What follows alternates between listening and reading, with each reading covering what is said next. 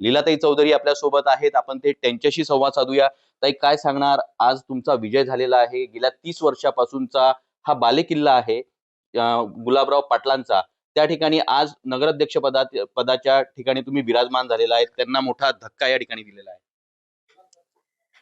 नाही, तसं धक्का-बिक्का काही नाहीये. पहिले मी म्हणजे आम्ही त्यांच्या सोबत होते. पण हे गट-तट झाल्यामुळे आम्हाला लढावं लागलं आणि त्यांचं म्हणणं बी खोटं नाहीये. एकही जागा येणार नाही असं म्हणाले होते ते. ते पण बरोबर होते. ते केव्हा होतं? जेव्हा आम्ही उभे राहिले नसते, तर सगळ्यांची हिंमत खचून गेली होती.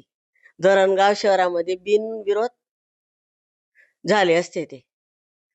पण कार्यकर्त्यांची धरणगावकर जनतेची इच्छा होती, मावशी तुम्ही उभे राहा, आम्ही तुमच्या पाठीशी आहेत.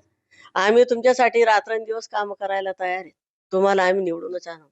म्हटलं नाही भाऊ, त्यांची बरोबरी आपल्यावर होणार नाही.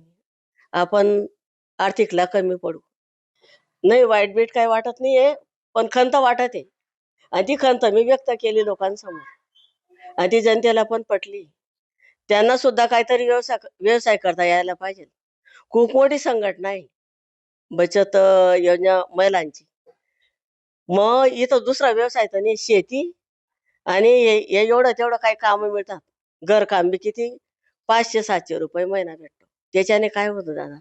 या विकासाच्या कामासाठी लागणारे जे पैसे आहेत त्याची देखील मागणी करणार आणि या धरणगाव वासियांचा कशा पद्धतीने विकास होईल याकडे आवर्जून लक्ष देणार असं मत लीलाताई चौधरी यांनी व्यक्त केलेलं आहे. सुमित देशमुख, लोकशाही मराठी, जळगाव.